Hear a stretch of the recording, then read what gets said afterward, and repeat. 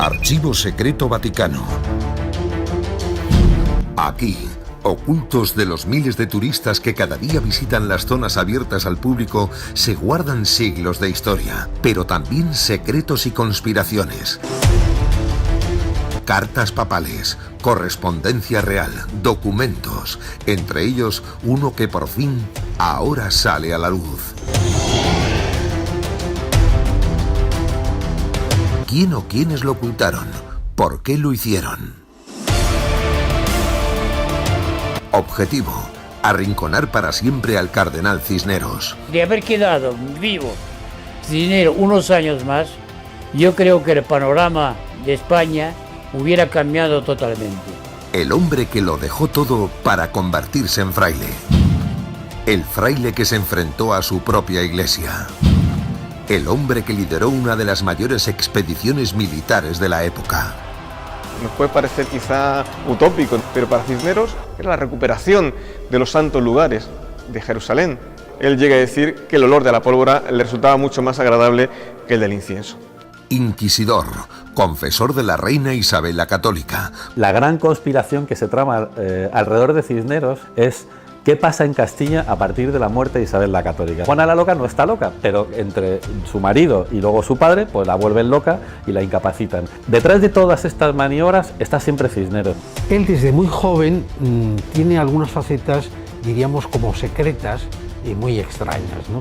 Su hermano Belarmino intenta matarle. Su hermano Belarmino, que era franciscano como él, en una ocasión, llevado de los celos de la envidia, intenta matarle asfixiándole con una almohada. El hombre que pudo ser papa, el hombre que pudo ser santo. Siempre fue con el hábito franciscano. Se cuenta que cuando dormía, incluso en el arzobispado, tenía sus camas, con sus doseles, tal, pero que él sacaba un pequeño camastro de debajo de la cama, dormía ahí con su hábito y por la mañana lo escondía, deshacía la cama para hacer ver que había dormido ahí, entonces entraba al servicio. Intentaba fingir una vida de boato, de tal.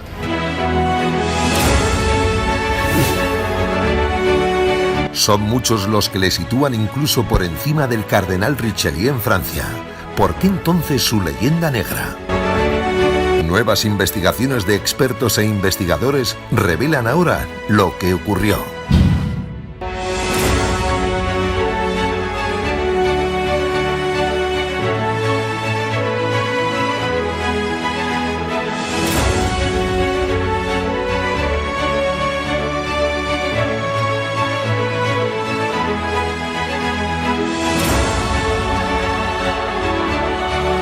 Conspiraciones, códigos ocultos, expedientes secretos. Expediente número 3180-3191.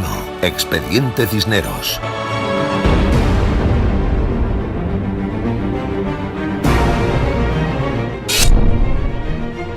Los secretos del cardenal.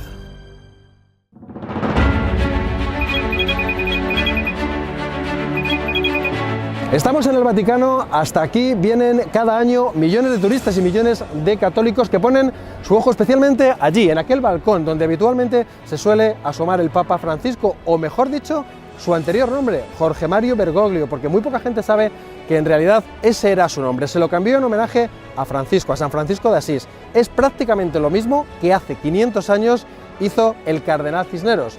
Se llamaba Gonzalo, cambió su nombre a Francisco y a partir de ahí una historia apasionante.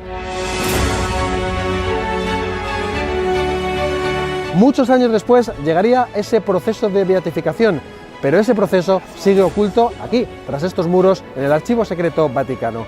¿Qué es lo que pudo ocurrir? ¿Por qué ese proceso finalmente no salió a la luz? Les proponemos que nos acompañen en este viaje apasionante por la historia del cardenal Cisneros, todos los lugares que recorrió, su legado cultural, social, político, en fin, un montón de historias que aún son muy desconocidas. ¿Quieren conocerlas? Buscamos respuestas y empezamos aquí en el Vaticano. Este es Monseñor Carballo, uno de los hombres de máxima confianza del Papa. De hecho, fue el propio Papa Francisco quien lo reclamó para la Curia Vaticana. Es el número 2 de la Congregación para los Religiosos, pero durante años ha sido ministro general de los franciscanos. Conoce muy bien la figura de Cisneros. Yo situaría al cardenal Cisneros precisamente en ese filón de querer renovar constantemente la vida franciscana. Y esto lo logró gracias ciertamente al apoyo de los monarcas de su tiempo, pero se ve que tenía una buena preparación y sobre todo mucha inquietud. En primer lugar, hombre de iglesia. También fue político y después destacaría que fue un gran humanista.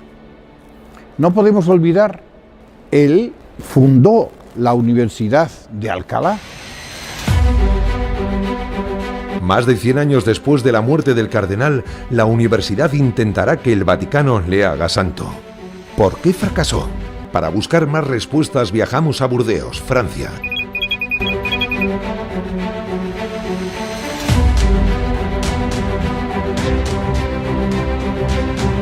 Aquí vive uno de los que mejor conocen la figura del cardenal. Premio Princesa de Asturias de las Ciencias Sociales y Premio Ciudad de Alcalá de las Artes y las Letras, el hispanista francés Josep Pérez es uno de los autores contemporáneos que más le ha estudiado. Los españoles parecen olvidarse totalmente de Cisneros.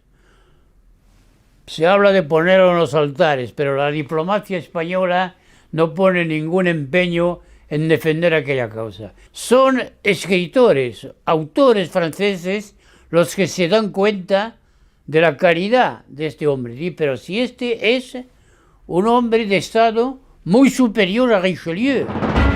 Basta pasear por cualquier ciudad francesa, el cardenal Richelieu está presente en numerosas calles. En España, no tantas. ¿Por qué? Si se compara Richelieu con Cisneros, vemos que algunas ideas son comunes, pero lo que le falta a Richelieu es la abnegación, el desinterés, la probidad de Cisneros, que nunca trató de enriquecerse personalmente. Buscamos más respuestas de ese odio hacia Cisneros.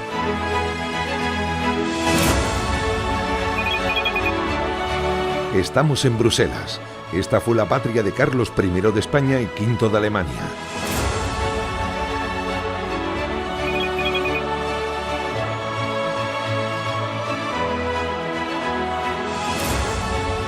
Aquí también había nacido su padre, Felipe el Hermoso, conde de Flandes.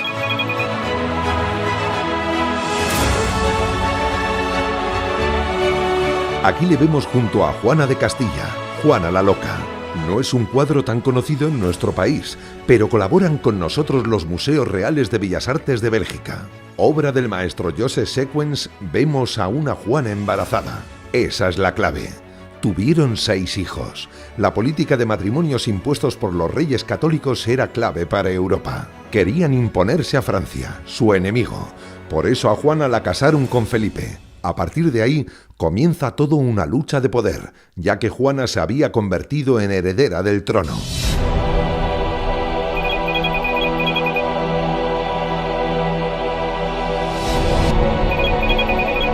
Este es el archivo de Simancas, Valladolid.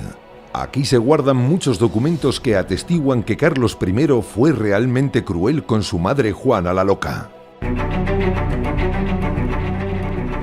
La gran conspiración que se trama alrededor de Cisneros es qué pasa en Castilla a partir de la muerte de Isabel la Católica. Juana la Loca no está loca, pero entre su marido y luego su padre, pues la vuelven loca y la incapacitan. Llegan a firmar entre los dos un acuerdo por el que incapacitan a Juana en un momento en el que Juana está intentando encontrarse con su padre, con Fernando el Católico, y que Fernando se niega a recibirla. Él firma con Felipe la incapacidad de su hija. Detrás de todas estas maniobras está siempre Cisneros. Quien mantiene esta teoría es David Botello, guionista y escritor. Entre sus éxitos, un libro arriesgado del que es coautor, Felipe el Hermoso, Anatomía de un crimen.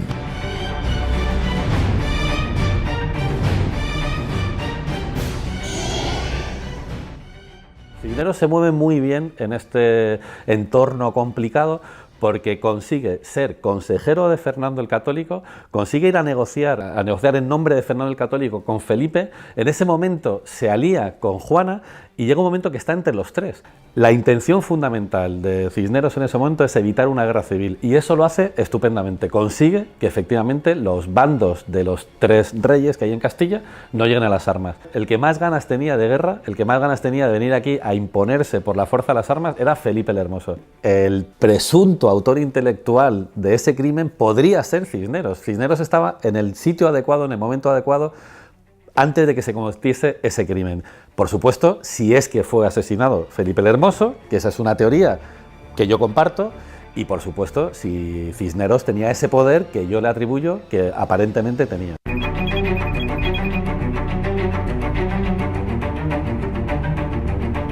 Esa noche se celebraba una fiesta en Burgos.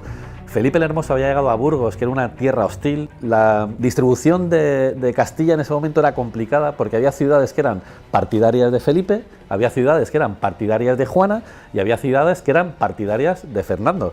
Entonces, Burgos era partidaria de Juana y en Burgos, Felipe, en una tierra hostil, muere, y muere en circunstancias muy extrañas. Por otra parte, Juana la Loca no fue esa noche a esa fiesta en donde presuntamente muere Felipe el Hermoso, porque Cisneros, que era su confesor, no se lo permite.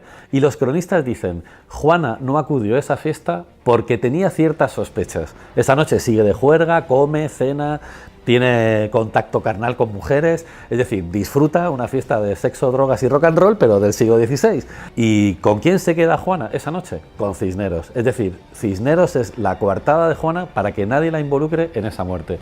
Otra cosa sorprendente es que Felipe el Hermoso no muere inmediatamente después de beber ese vaso de agua que nos han contado todas las abuelas. Hijo mío, no bebas agua, que te va a pasar lo que a Felipe el Hermoso. Bueno, pues no muere inmediatamente después, muere 3 días después. Y el que le servía ese vaso de agua era un personaje que en ese momento estaba muy interesado en ganarse la confianza de Cisneros. ¿De verdad fue tan malvado Cisneros o simplemente luchaba por mantener vivo el deseo de la reina Isabel tras su muerte? Misterios, intrigas de palacio. Lo cierto es que otros investigadores tampoco descartan que la muerte de Cisneros fuera casual. Es probable que cuando él viaja a recibir a Carlos V, que le conocemos como Carlos V porque era rey de Alemania, cuando está llegando a Castilla, pues Cisneros sale a su encuentro. A Carlos no le interesa encontrarse con Cisneros y los nobles castellanos saben que no debe encontrarse con él porque sabe que a pesar de que tiene 80 años es un tío muy influyente, que es un tío muy honesto, que es un tío muy íntegro y que puede convencer a Carlos de ciertas cosas que a lo mejor no interesaban que le convenciese, ¿no? Y cuando llegan a Roa, pues Cisneros muere sin llegar a encontrarse con Carlos, ¿no?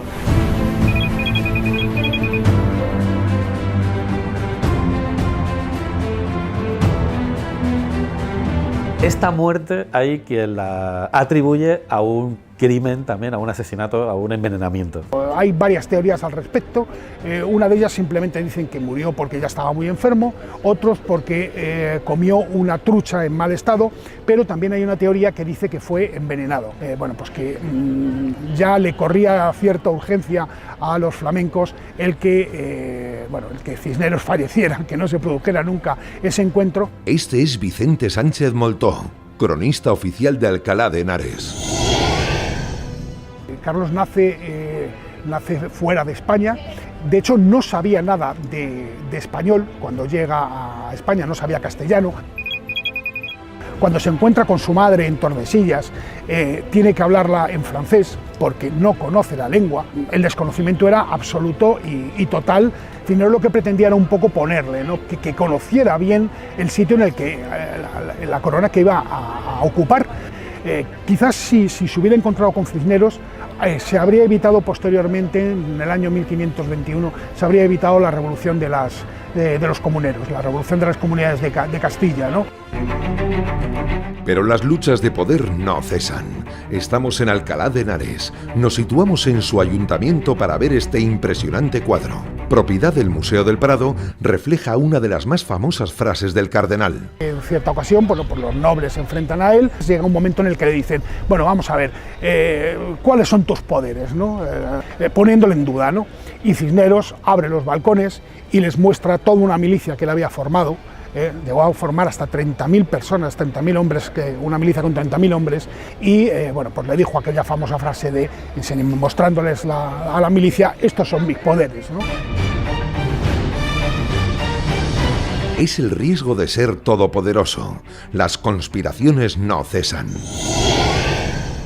Su hermano Belarmino intenta matarle. Su hermano Belarmino, que era franciscano como él, en una ocasión, llevado de los celos de la envidia, intenta matarle asfixiándole con una almohada cuando estaba en su lecho durmiendo Cisneros. Y al oído del ruido, la guardia de Cisneros acude, entra en el aposento y ven que el hermano estaba intentando asesinar al cardenal Cisneros. El cardenal Cisneros le perdona. Álvaro Gómez de Castro, su primer biógrafo, cuenta que en alguna ocasión vio a Belarmino circular meditabundo, cabizbajo, amargado, pero hasta en eso demuestra a Cisneros su generosidad. Con todo el poder que tenía, perdonó ese intento de asesinato de su hermano.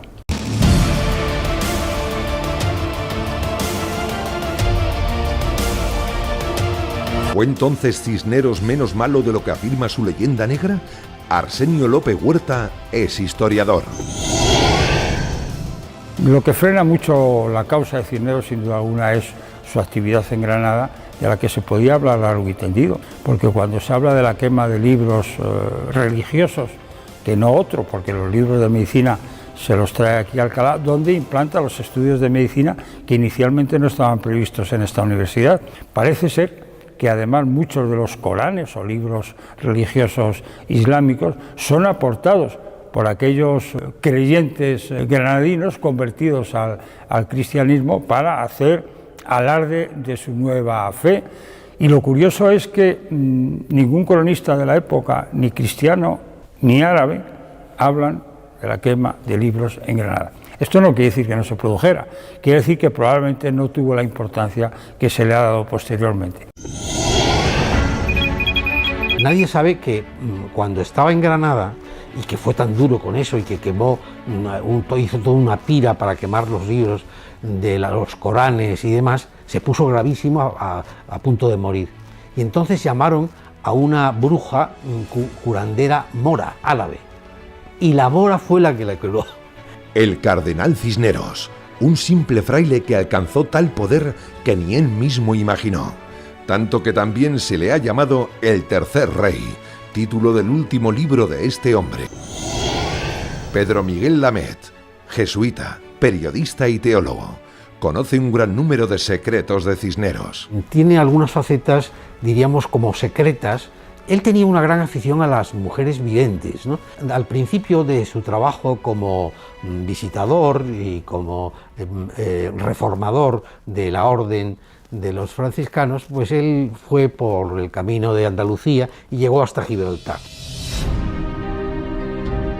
Una de las primeras videntes con las que se encuentra es en el campo de Gibraltar, yendo a Andalucía con el burrito, con Benitillo, con Francisco Ramírez, que es de algún modo el personaje que le acompaña, y delante del peñón de Gibraltar dijo: ¡ay, si yo pudiera morir mártir defendiendo la fe en África y demás! Y entonces al día siguiente va a visitar a una bruja, una vidente, que se llamaba la Cuerva porque vestía de negro. Pues la vidente le dice: mira, usted va a ser un personaje mucho más importante que todo eso, porque va a poder gobernar en España. Claro, eso es una de las, diríamos, premoniciones que tiene y que le cambia un poco la vida, ¿no? Tenía unas visiones muy extrañas, ¿no? Y en algunas cosas incluso las defiende delante de la Inquisición. Fíjate que es inquisidor general y no se le recuerda por ser el peor inquisidor general. Cuando hay Inquisición general en toda Europa, que parece que sea un invento de aquí, y no, es una idea también importada, ¿no? Quema Coranes, pero salva muchos libros que ya los destina a la universidad. Pero también hay que situarse en el contexto de la época, ¿no? Por la diferencia de culturas, diferencia de idiomas, diferencia también de diplomacias, ¿no? No existía seguramente ese contacto, ¿no? No teníamos una ONU, no teníamos, ¿no?, unos foros así más de diálogo internacionales. Entonces yo creo que articula el discurso de la época, que es el discurso de la conquista. La edad y la cultura y la educación le van volviendo cada vez más tolerante. Pere Ponce es actor. Ha trabajado en numerosas series, películas y obras de teatro. En su última obra da vida a un Cisneros muy particular. Para empaparse del personaje no solo ha leído libros y más libros del cardenal, le acompañamos en su visita a uno de los conventos que fundó Cisneros en Alcalá de Henares. De forma excepcional, las hermanas clarisas abren los numerosos cerrojos de su clausura. Permiten que durante unas horas pueda convivir con ellas para estudiar mejor el personaje. Buenos días, ¿qué tal? ¿Cómo estamos? Aquí custodian valiosos objetos personales del cardenal, desde su testamento original a un báculo nazarí propiedad del último rey nazarí de Granada.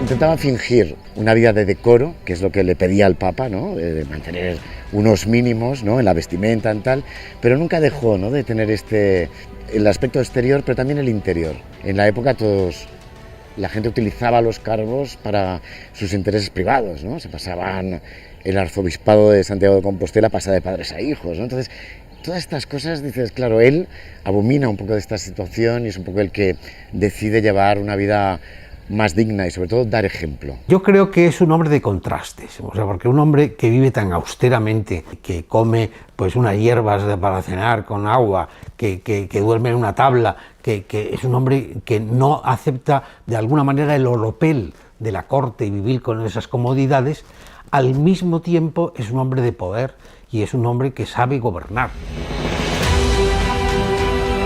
Podría llevar una carrera eclesiástica normal, pero cuando cumple 50 años, no se sabe por qué, pero lo deja todo.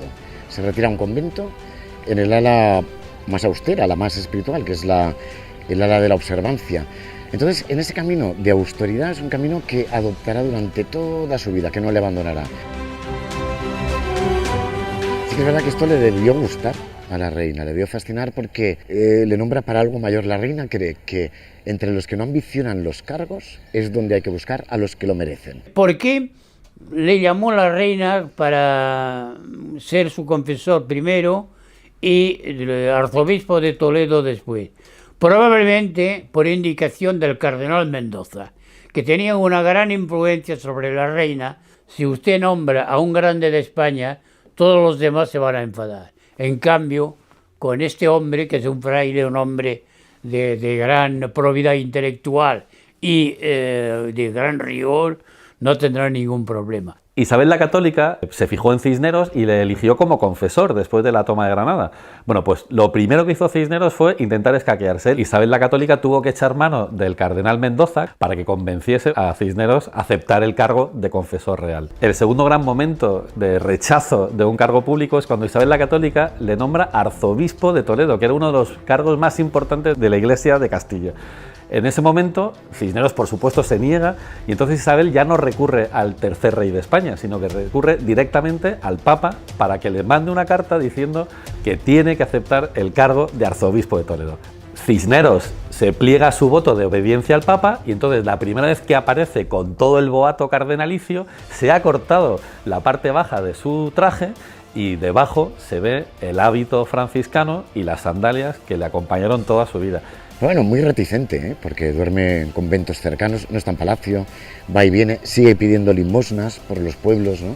Montado en Benitillo, su burro, y entonces es una persona muy frugal, come pan, aceite, verduritas, no ambiciona nada más. Bueno, el confesor real no era solo confesor de la reina, sino también de sus hijos, entonces dentro de ese cargo pues confesaba a Isabel, que era la hija mayor de los reyes católicos. Isabel llegó un momento que quería meterse a monja, y claro, eso fue un drama en la familia real, porque claro, ¿cómo vas a permitir que una hija princesa se te meta monja cuando lo que hacía falta era casarla con herederos de los tronos vecinos pues para establecer alianzas estratégicas y dinásticas, ¿no? Y es cuando Isabel la Católica habla con Cisneros y le dice: a ver, Cisneros, ¿qué está pasando? Que se nos quiere meter a monja la niña, ¿no? Y Cisneros le dice algo así como: bueno, los designios de Dios son inescrutables, ¿no? Entonces Isabel le dice que bueno, que es probable que en esos designios de Dios esté casar a Isabel con el rey de Portugal, que era Manuel. Por supuesto, Isabelita no se metió a monja porque acabó casándose con Manuel de Portugal. Nos situamos en Toledo, la gran ciudad del poder. de los arzobispos. Esta es la catedral.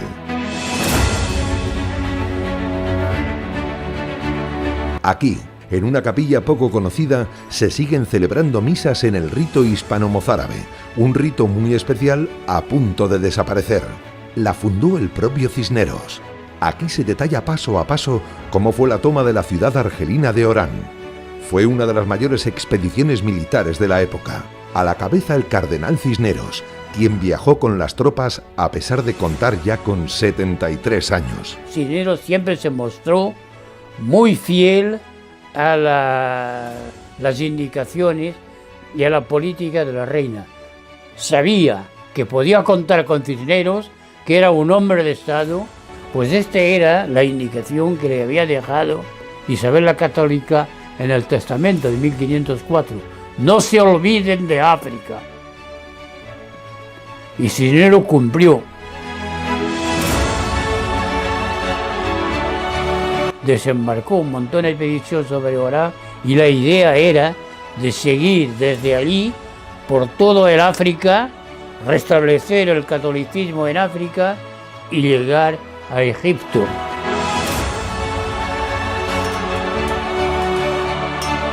Nos puede parecer quizá utópico, pero para Cisneros era la recuperación de los santos lugares de Jerusalén.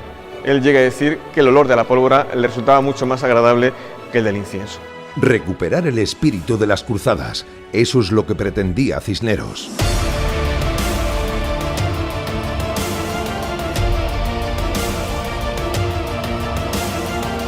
Implicó un gran despliegue naval, implicó movilizar recursos, movilizar soldados y detrás de ello la persona de Cisneros.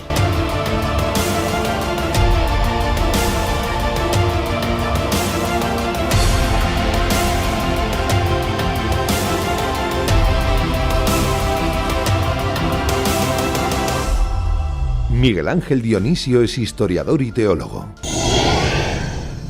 Cisneros hace representar a todos los arzobispos de Toledo anteriores a él, desde el primero, según la tradición, San Eugenio, y en último lugar se hace representar él. Como podemos observar, es una auténtica joya, una pequeña capilla Sixtina toledana.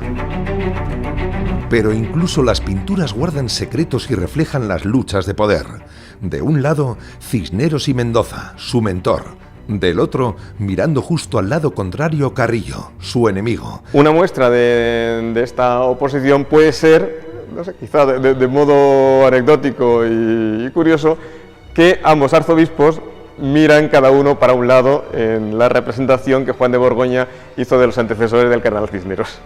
Secretos que pocos conocemos y en los que casi nunca se fijan los miles de turistas que pasan por aquí cada día.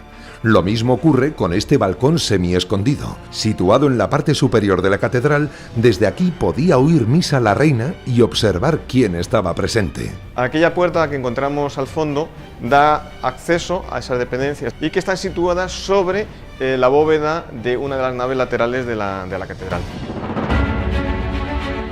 A solo unos metros de la catedral se encuentra el archivo diocesano. Aquí también se guardan numerosos documentos de los arzobispos de Toledo. Están custodiados con estrictas medidas de seguridad y a una temperatura constante.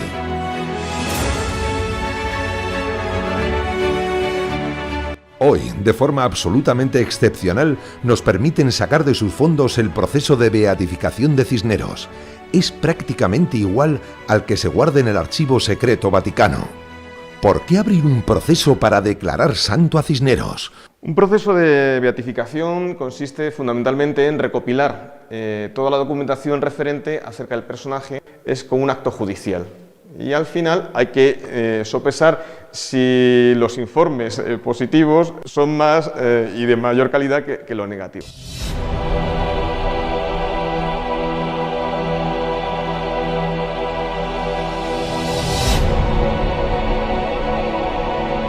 Los procesos se articulan en torno a interrogatorios y lo que se hace es que, en el caso de Cisneros, más de 100 años después, se sienta a personas a hablar sobre Cisneros, es decir, personas que no habían conocido al cardenal de una forma directa. Pues se me ocurre, por ejemplo, en Madrid testifican como testigos Lope de Vega, Quevedo, Gil González Dávila, es decir, personas cualificadas como hombres de letras, incluso historiadores, para hablar sobre Cisneros. Nuevas investigaciones como las de este joven han permitido sacar a la luz ese proceso de beatificación oculto durante siglos en Roma. Tras conseguir un permiso especial para el Archivo Secreto Vaticano, ha podido estudiar ese proceso. Es José Manuel Marchal. Al principio fue por una curiosidad de historiador, ¿no? A ver qué es eso de una causa de canonización, y en realidad fue una sorpresa. ¿Qué pudo pasar? ¿Quiénes o quiénes ocultaron esos documentos? Los franciscanos siguen divididos, están en distintas ramas. Los conventuales, que era una rama que tenía presencia en España en el siglo XV, pero que es precisamente Cisneros el que los reforma, y con el tiempo prácticamente son expulsados de lo que es la Castilla. En España lo que se generaliza es la observancia, y eso pesa mucho. En España, un hombre que les ha desposeído, digamos, de su convento, de sus propiedades, llegue a los altares. Luchas eclesiásticas, luchas por el poder. Al llegar Carlos V a España, lo primero que hace es despejar el terreno, arrinconar a todos los que han sido secretarios, fieles, compañeros, colaboradores de Cisneros. Nada de esto. Incluso se los considera algunos de ellos como heterodoxos, es decir, como peligrosos. El secretario particular de Cisneros, durante unos años lo meten en la cárcel, lo someten a una humillación tremenda, Juan de Vergara, por ser discípulo secretario de Cisneros. Los investigadores parecen coincidir. De no haber llegado la Casa de Austria al reino, la relevancia histórica de Cisneros sería mayor. Además, una fecha le marcará: 1492. Los reyes católicos conquistan Granada, se expulsa a los judíos y se obliga a los musulmanes a convertirse al cristianismo. ¿De verdad fue tan cruel el cardenal? Una forma de hacer política de la reina Isabel era a través de la indumentaria. Cuando llega a Granada, manda a los sastres reales que el rey, la reina y las infantas vayan vestidos al estilo morisco, para dar ver a la población de Granada que no vienen a imponer algo tan importante como es la vestimenta, porque la vestimenta es nuestra segunda piel. Despojarse de esa forma de vestir sería como despojarles la piel. Estas son réplicas exactas de los trajes que usaban la nobleza de la época. Se guardan aquí, en Salamanca. Aquí estudió de joven Cisneros y aquí se ubica el taller de Manuel Sánchez. Hay un cronista, Palencia, que dice: el rey salió a caballo a recibir a la reina en uno de esos encuentros vestido con una marlopa nazarí de seda al estilo morisco.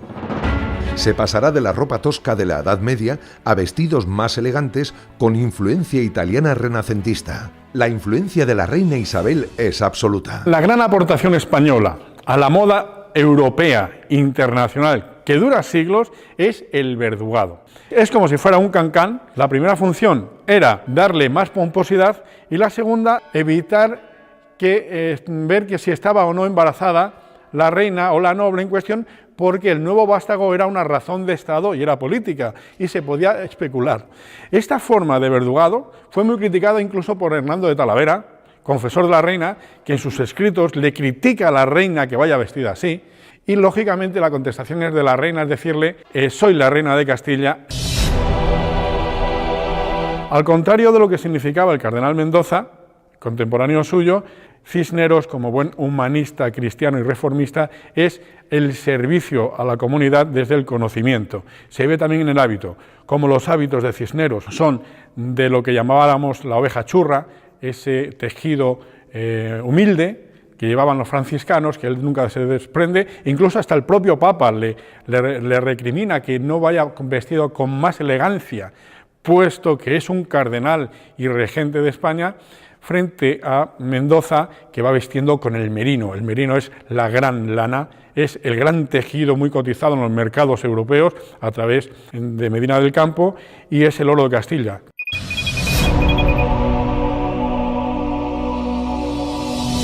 Tanto es así que estaba prohibido sacar una oveja merina sin decreto real, so pena de muerte, porque era un paño y un vellón, y sigue siendo el mejor vellón de lana. Mendoza y Cisneros.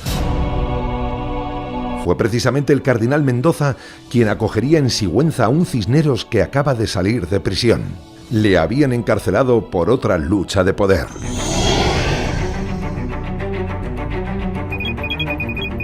Uceda, Guadalajara. Al intentar tomar posesión de su arciprestazgo, se encuentra con la oposición del arzobispo Carrillo de Acuña. Este ya tenía reservado el puesto para un familiar suyo. No dudó en quitárselo de en medio. Ordenó su prisión, primero en Uceda, y posteriormente estaría preso aquí, en Santorcaz.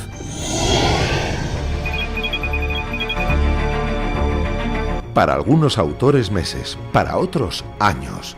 Pero lo cierto es que aquí estuvo entre rejas, en el castillo de Torremocha, hoy casi en ruinas junto a la iglesia.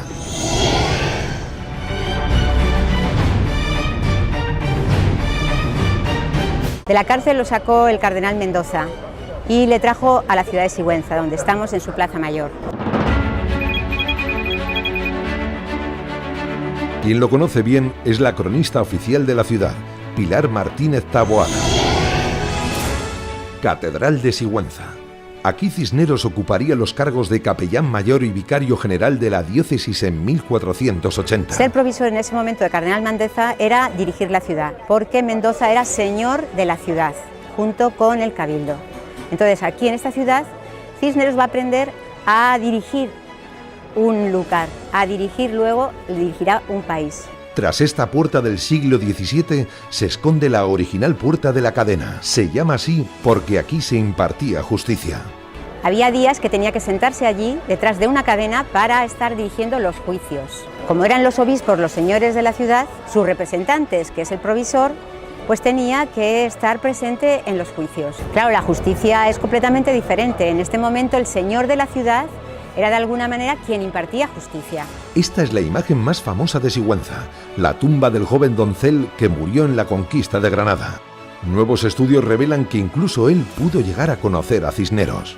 Yo estoy segura que se conocieron, porque realmente hay que pensar que Cisneros es el provisor de Mendoza y la familia de Martín Vázquez de Arce, su padre, es el secretario de la hermana de Mendoza, del duque del Infantado.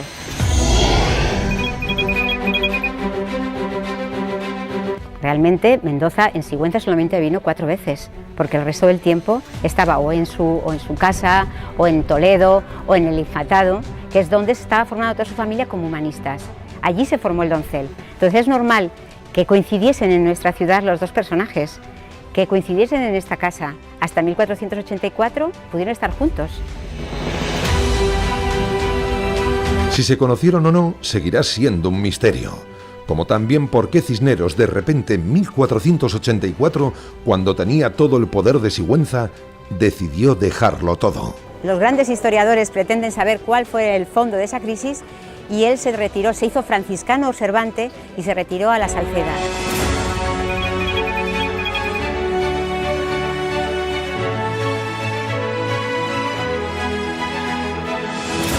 La Salceda era uno de esos monasterios que estaban en un lugar retirado. Era un monte con una serie de lugares de oración donde se retiraba cada uno de sus monjes. En la actualidad de la Salceda no quedan más que unas ruinas. Fray Francisco Jiménez de Cisneros. Así se llamaría a partir de 1484. Decidió llamarse así en homenaje a San Francisco de Asís, fundador de los franciscanos, como haría posteriormente el actual Papa. Tenía casi 50 años. ¿Qué crisis espiritual sufrió para cambiarse incluso de nombre?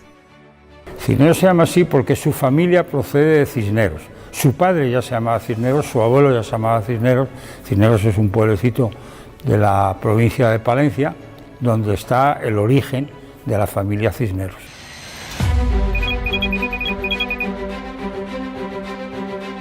Pero Gonzalo Jiménez de Cisneros, que así le habían llamado sus padres, nació finalmente aquí en Torrelaguna, muy cerca de Alcalá de Henares. Cisneros nace en Torrelaguna probablemente en 1436. Digo probablemente porque es una fecha incierta. Los primeros años de la vida de Cisneros, incluso hasta su llegada a Roma, son años de oscuridad. Y se conoce sobre todo lo de su estancia en Roma porque en el camino, en la parte francesa, cerca de Aix-en-Provence, en compañía de un par de amigos, compañeros de estudios de Salamanca, son asaltados por unos ladrones y estos amigos tienen que socorrerle para poder continuar su viaje. De su infancia prácticamente no sabemos nada, más que estudió sus primeros cursos en Torrelaguna y posteriormente se fue formando en otras ciudades castellanas. Este es Jorge Benito, historiador de Torrelaguna. La familia Cisneros llega a Torrelaguna a finales del siglo XV con su padre, Alfonso Jiménez de Cisneros. Llega aquí a Torrelaguna y se casa con la que será la madre de Cisneros, Marina Astudillo de la Torre. Donde hoy vemos una cruz, se cree que estuvo su casa natal, junto a la iglesia de Santa María Magdalena, el actual ayuntamiento. Antiguamente fue un depósito para el grano que él mismo mandó construir. Cada cierto número de años, aproximadamente cada 4 o 5 años, había una crisis en la cosecha. Los pósitos o depósitos de grano eran los que regulaban los desequilibrios de la economía. No se olvida de su orden. Levanta el convento franciscano de la Madre de Dios, de la que hoy solo queda su espadaña. Uno de los motivos por los que quiso fundar este convento fue para albergar allí el mausoleo familiar, para trasladar los restos mortales de su padre, que se encontraban en el monasterio de San Antonio de la Cabrera, y los restos mortales también de su madre. A partir de entonces, el resto de la casa Cisneros tendrían intención de enterrarse en la iglesia, en la capilla de este convento franciscano. Lo que queda es la lápida del padre del cardenal Cisneros, don Alfonso Jiménez de Cisneros. Fue traída a esta parroquia gracias a la donación de un vecino de la localidad, porque en la demolición que hubo de la casa, de su vivienda, se encontró con que algunos materiales del convento de la Madre de Dios, hoy desgraciadamente en ruinas, fueron aprovechados para muchas viviendas como elemento constructivo.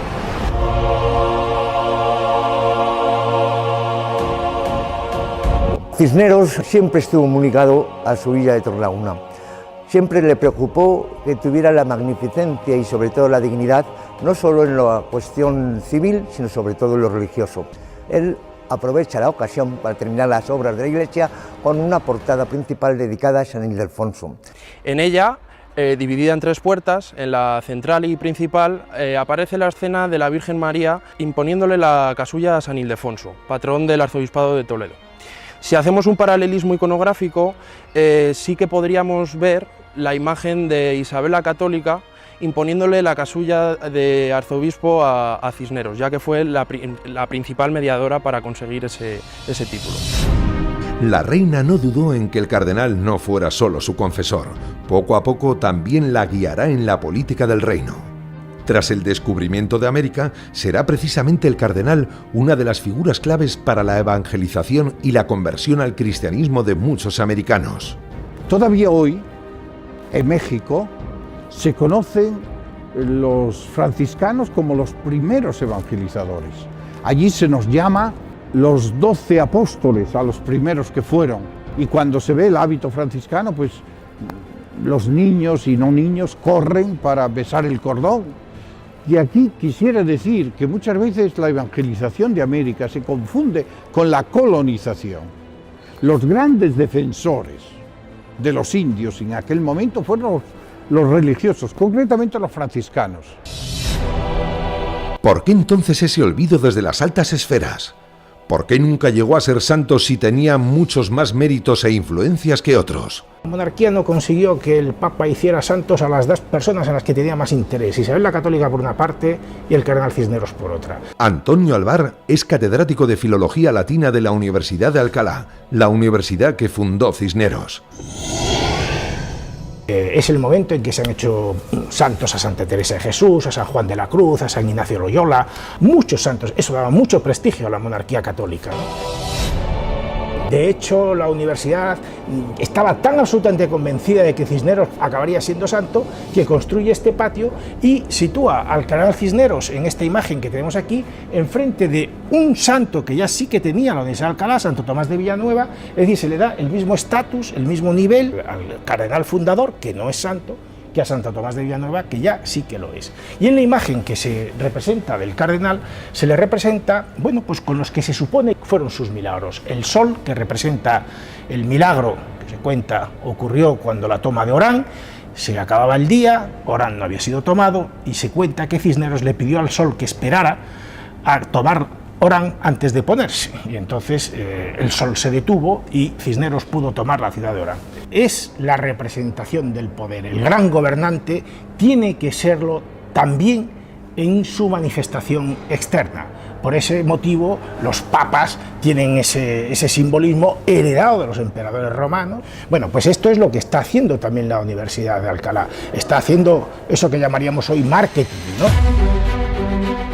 Pero el profesor va mucho más allá. Sus investigaciones parecen demostrar que aquí también se ocultaron mensajes secretos.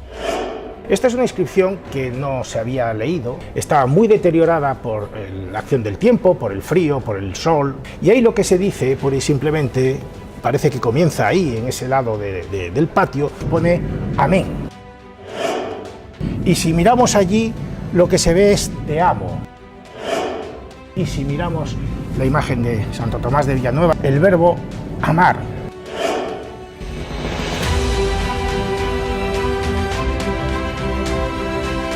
Esto es curioso cómo se conjugan aquí un texto que está escrito en latín con unas palabras colocadas expresamente en unos lugares muy significativos. Habida cuenta que son tres, no es casual. No es casual. Se cuenta, hay una anécdota que parece que es absolutamente real, que en una visita que hace el rey Fernando, el católico, a Alcalá, Cisneros le enseña todos sus edificios universitarios, los edificios que tenía en aquel momento de la universidad, y el rey Fernando de alguna manera le viene a decir que los veía muy poco consistentes, ¿no?, y perdurables en el tiempo, ¿no? Y Cisneros le contestó una famosa frase en latín que ha quedado para los siglos, porque está esculpida en la base de cada uno de los pináculos del patio de Santo Tomás de Villanueva. La frase en latín dice "Lutian orin celebra marmorian", que viene a ser algo así como hoy en barro, mañana en piedra, ¿no?, pronosticando lo que efectivamente al final ocurrió. La fachada de la universidad, que era una fachada hecha simplemente en ladrillo muy sencilla, a mediados del siglo XVI, ya muerto Cisneros, sería pues la actual fachada realizada por Rodrigo Gil de Ontañón. La universidad fundada por Cisneros estaba llamada a ser la mejor de Europa. Cisneros puso muchísimo empeño en traer al que él consideraba uno de los mejores profesores de la Universidad de Salamanca, que era Antonio de Nebrija. Le preguntaba siempre por la ventana a su mujer que qué tal estaba el maestro, porque el maestro tenía, no le gustaba mucho el vino, y entonces él se preocupaba mucho de que, que estuviera en buenas condiciones para dar clases, ¿no? Por ejemplo, él quiere traerse a Erasmo de Rotterdam, que era uno de los grandes cerebros de la época. De origen judío, le cuesta venir y no quiere venir. También invita a venirse a Luis Vives. Luis Vives, a quien la Inquisición había desenterrado a sus padres judíos en Valencia y había quemado los cadáveres, encuentra pocos motivos que le tranquilicen por su llegada a España, pero Cisneros trae aquí a lo mejor, es decir, eso que entendemos hoy como fuga de cerebros, en aquellos años ya se producía. ¿Y dónde estaban los cerebros? En el Colegio Mayor de San Ildefonso de la Universidad de Alcalá. La heráldica que utilizó el cardenal Cisneros pues era el escudo de armas de la familia Cisneros, era un ajedrezado, 15 jaqueles. El hecho de que fuera primero arzobispo de Toledo y posteriormente cardenal hizo que se le añadieran lo que se llaman los órdenes de borlas, el sombrero y los órdenes de borlas a los laterales. Se añaden en muchas ocasiones los cisnes, como una referencia al apellido Cisneros, aunque no está en absoluto, no hay nada claro, ni muchísimo menos, que el apellido provenga de la palabra cisne, ¿no? Y es precisamente ese escudo el escudo con los cisnes, el que utilizará posteriormente, asumirá como propio el Colegio Mayor de San Ildefonso y por lo tanto la Universidad de Alcalá. Él dijo que de las cosas que más orgulloso se sentía era la fundación de la Universidad de Alcalá. ¿Por qué? Porque lo que él quería era hacer una universidad moderna, innovadora, incorporar a científicos extranjeros a la universidad, sin distinción de ideologías, más allá incluso de los conflictos religiosos, que era evidente que eran muy importantes en ese momento en España, ¿no?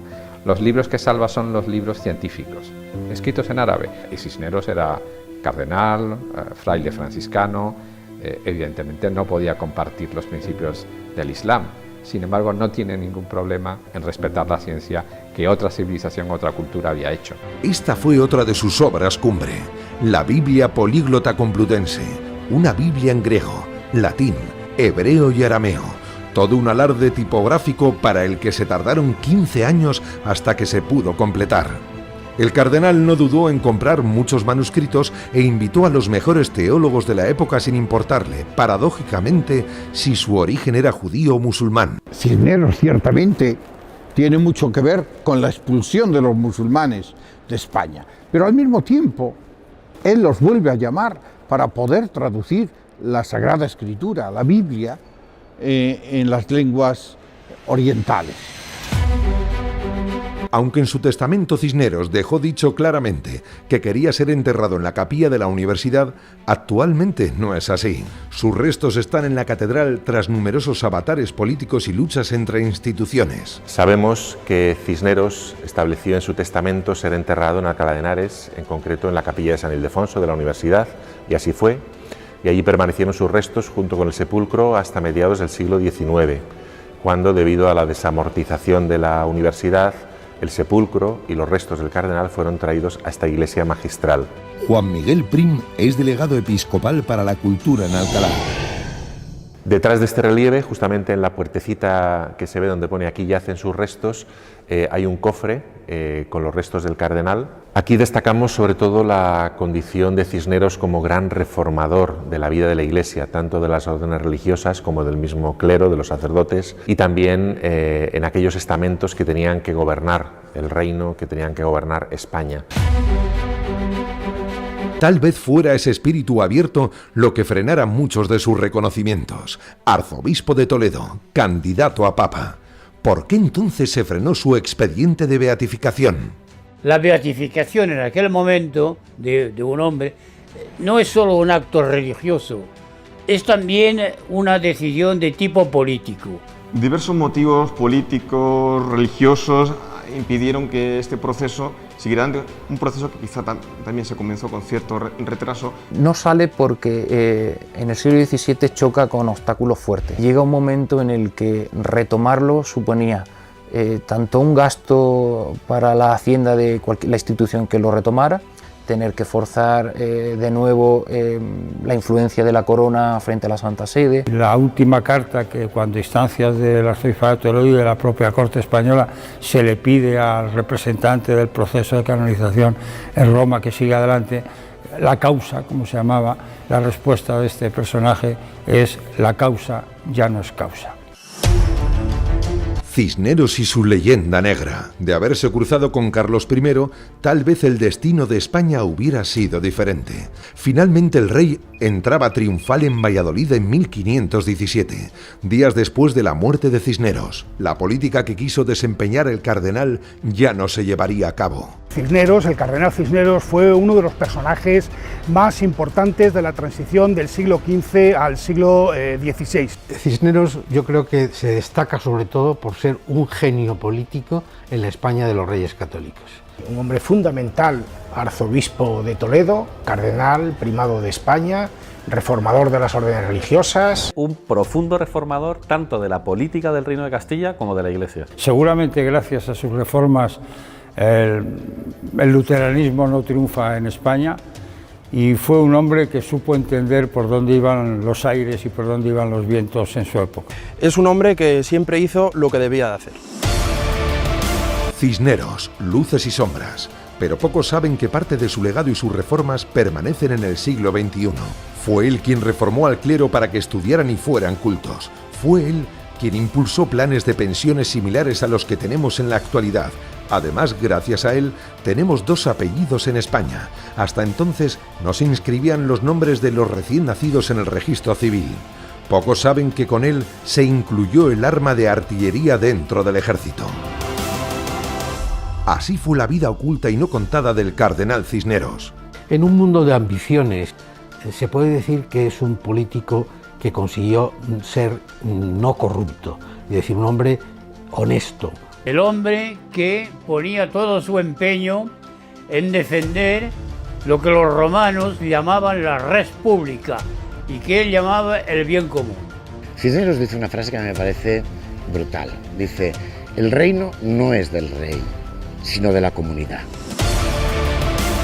Inquisidor y hombre de mente abierta al mismo tiempo. Hombre todopoderoso, pero también fraile sencillo. Contradicciones todas ellas que quién sabe si pudieron conllevar que nunca le hicieran santo. Un proceso que está en Roma, un proceso que está dormido, pero quién sabe. Podemos augurar que en un futuro no muy lejano pues se pudiera reabrir su causa y ciertamente pudiera continuarse reconociendo los méritos de este hombre de Iglesia y de este hombre de Estado. Su expediente, el proceso número 3180-3191, seguirá aquí, oculto para siempre en el Archivo Secreto Vaticano.